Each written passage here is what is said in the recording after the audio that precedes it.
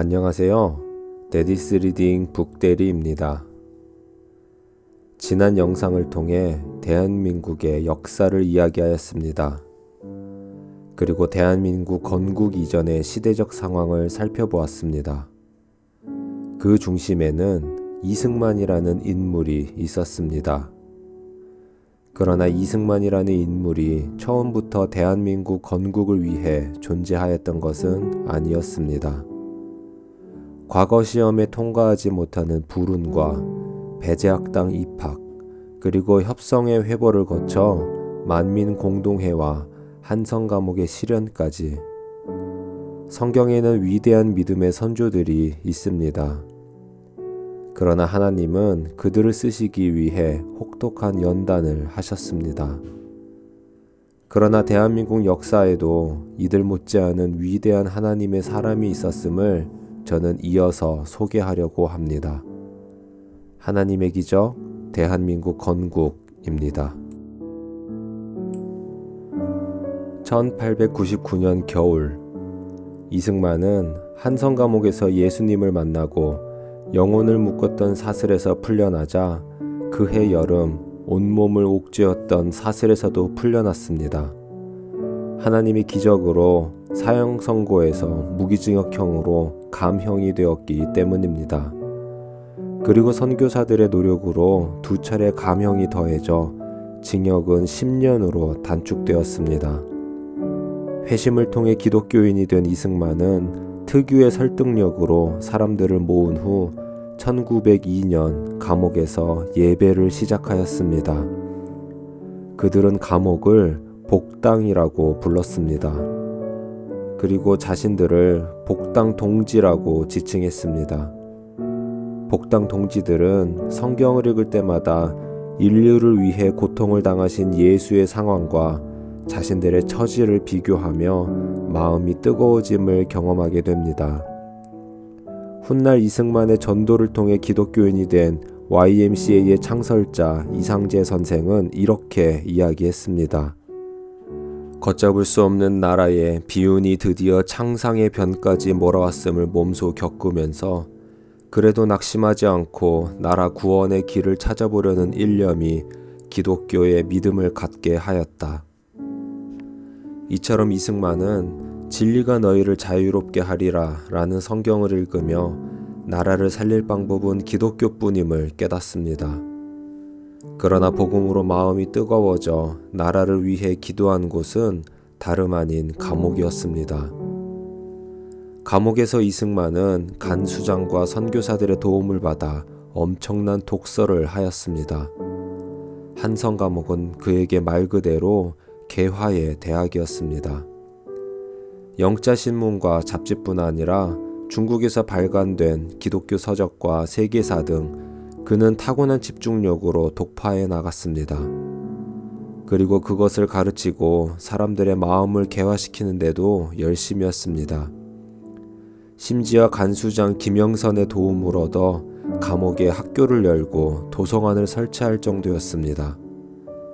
감옥 도서관의 3분의 2가 기독교 책이었는데 신기한 것은 적은 수의 양반들이 성서를 가장 많이 읽었다는 것입니다.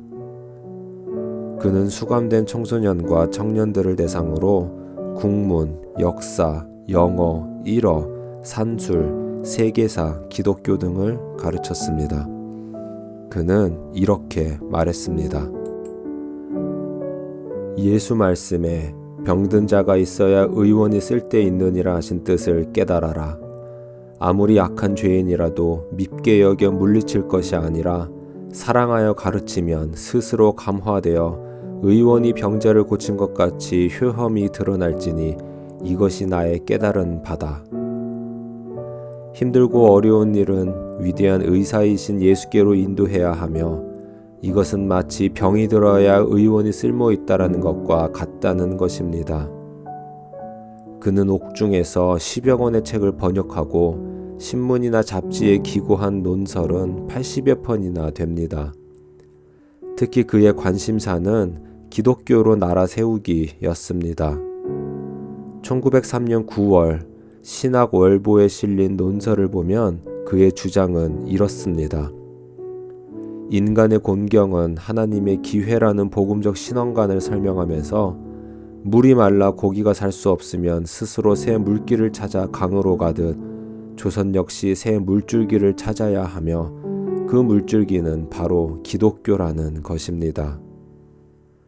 반드시 백성을 감화시켜 새 사람이 되게 한 후에야 정부가 스스로 맑아지니 교회가 정부의 근원이 되어야 한다라는 논리입니다. 교회에서 감화한 사람이 많을수록 정치의 근본이 잡히게 되며 백성들의 교화만이 나라를 변혁하는 제일 순편한 길입니다. 모든 사람이 심령의 변화를 체험해야만 나라도 바뀔 수 있다라고 그는 주장합니다. 속사람이 먼저 바뀌어야 한다라는 주장은 먼 훗날 1970년대 새마을운동에서도 그 효력을 발휘했었습니다. 이처럼 이승만은 대한민국을 동양 최초의 기독교 국가로 만들어야 한다고 결심합니다. 이승만이 한성 감옥에서 이러한 생각들을 모아 책을 집필하였으니 1904년 2월 19일에 완성된 독립정신입니다. 지금 읽어도 놀라움을 감출 수 없는 독립정신을 국사편찬위원회의 이원순 선생은 자유주의자의 영감으로부터 나온 뛰어난 책이라고 평했고, 서정주 시인은 저 방대하고도 철저한 선지자로서의 글이라고 표현했습니다. 또 이한우는 유길준, 김옥균, 서재필 등에 시작된 초보적 수준의 개화론이 근대 민주주의로 체계화되는 전환점을 맞게 된 기념비적 저서로 표현하였고, 미국의 연설학회 회장 로버트 올리버는 독립정신은 한국인의 정치적 성서이다라고 극찬했습니다. 여러분도 꼭 독립정신을 읽어보시기 바랍니다. 특히 이승만을 논하려는 자는 반드시 이 책을 읽어보시기 바랍니다. 독립정신의 주제는 대략 이렇습니다. 첫째, 민주주의를 향한 신념입니다. 당시 상류층 사람들은 썩었으므로 기대할 것은 백성이다라는 것입니다. 다만 백성들은 우리는 할 수 없다라는 생각을 버리고 깨어나야만 죽은 조국이 부활할 수 있습니다. 둘째는 교육의 중요성입니다. 나라를 새롭게 함은 교육에서 시작되고 교육이 있어야만 어떠한 물결에서 이겨낼 수 있습니다. 셋째로 기독교 입국론입니다. 당시 세계 문명 국가는 기독교를 사회의 근본으로 삼고 있으며 그 결과 백성들까지 높은 도덕적 수준에 이르렀다고 소개합니다. 기독교를 근본으로 삼지 않고는 온 세계와 접촉할지라도 참된 이익을 얻을 수 없고, 자유를 소중히 여겨도 자유의 한계를 몰라 다시 어려움에 직면한다고 주장합니다. 결국 부강한 나라의 비결은 기독교였고 복음이었습니다. 기독교 신앙만이 나라를 새롭게 하는 길이었습니다. 결국 이 정신은 독립 후 우매한 백성을 교화시켜 의식 있는 국민이 되게 하는 일에 기초가 됩니다. 이것은 위대한 비전이었습니다. 한편 이승만이 감옥에 있는 동안 배제학당의 아펜젤러와 선교사들은 끈질기게 그의 석방을 위해 노력했습니다. 아펜젤러는 이승만이 훗날 한국 기독교의 거목이 될 것을 의심치 않았습니다. 그러나 아펜젤러 선교사는 불의의 사고로 이승만의 석방을 보지 못한 채 숨졌고, 나머지 선교사들의 도움으로 이승만은 쓰러져가는 나라의 격동 속으로 석방되었습니다. 이승만에게 한성 감옥은 어떤 의미였을까요? 훗날 그는 이렇게 말했습니다. 나는 6년 동안의 감옥살이에서 얻은 축복에 대해서 영원히 감사할 것이다. 이승만과 복당 동지들은 한성 감옥을 이 나라를 재건하기 위한 민족의 골고다요 축복의 집으로 여겼습니다. 당시 러일 전쟁의 승자가 조선을 삼키려는 것이 가시화될 무렵 고종 황제는 1882년에 맺은 미국과의 국교를 생각해냅니다. 그리고 미국에 밀서를 전달할 목적으로 특사를 보내고자 했으나 아무리 봐도 적임자는 이제 막 출소한 이승만 뿐이었습니다. 왜냐하면 이승만의 영어 실력은 감옥에서 더욱 정교해졌기 때문입니다. 1904년 11월 5일 이승만은 정부의 밀서를 가지고 미국으로 떠납니다. 그러나 전달하려던 밀서는 미 국무장관의 갑작스런 사망으로 무산되었습니다. 그리고 또 다른 문서는 워싱턴 한국공사관의 배신으로 무산이 됩니다. 혹시 밀서와 문서가 미국에 제대로 전달됐더라면 대한민국의 역사가 바뀌었을까요? 그렇지는 않았을 것 같습니다. 사실 사대주의적 관점에서 조약 한 번으로 강대국이 아무 이익도 없는 약소국을 책임져야 한다라고 기대했던 것 자체가 잘못이었습니다. 또 당시 루즈벨트 미국 대통령은 일본의 발전상에 깊이 매료되어 있었는데 러시아를 억제하기 위해 일본이 한반도를 차지하는 대신 미국이 필리핀을 차지하는 데 합의하는 가스라 데프트 밀약을 일본과 작성할 시기이기도 했습니다. 국제사회는 철저하게 힘의 논리에 의해 움직입니다. 당시 미국은 조선이 자신들에게 아무런 도움이 안 될 뿐 아니라 조선의 멸망에는 관심조차 없었습니다. 이승만은 현실의 한계를 경험하며 훗날 외교의 신으로 성장하기 위한 진통을 시작합니다. 이승만은 본인부터 조국을 지키는 힘을 길러야 한다고 생각했습니다. 그는 미국으로 출발하기 전 미국 학교에 입학하는 데 도움이 될 선교사들의 추천서를 미리 준비했었습니다. 이승만이 얼마나 치열한 사람인지 느껴지시나요? 그는 미국에서 공사관 동포로부터 배신을 받자 한국인에게 뿌리 박힌 이기적이고 저열한 생각들을 깨트려야 한다고 생각합니다. 그리고 기독교 교육만이 해결 책임을 실천하기 위해 30의 나이로 조지 워싱턴 대학에 들어갑니다. 그의 학업 수준은 미국인들도 놀랄 정도였습니다. 그는 장학금을 받아 등록금을 전액 면제받았습니다. 그러나 제대로 먹지도 못하여 늘 기진맥진한 상태에서 공부를 하였습니다. 그는 배제학당에서 수업을 인정받아 2년 반 만에 학부 과정을 모두 마칩니다. 그리하여 워싱턴에서 배운 미국 정치의 내막을 파악하는 안목을 기릅니다. 그는 학부 시절 미국의 교회와 YMCA 등에서 한국 선교와 독립에 관한 강연을 총 170여 회나 하였습니다. 1907년 6월 13일자 워싱턴 포스트지는 YMCA에서 행한 이승만의 강연을 조용한 아침의 나라 한국이라는 제목으로 소개하기도 했고 1907년 7월 25일자 모닝스타지와의 인터뷰에서는 아시아를 삼키려는 러시아와 일본을 비교하면서 특히 일본의 침략 야욕을 논리적으로 밝히기도 했습니다.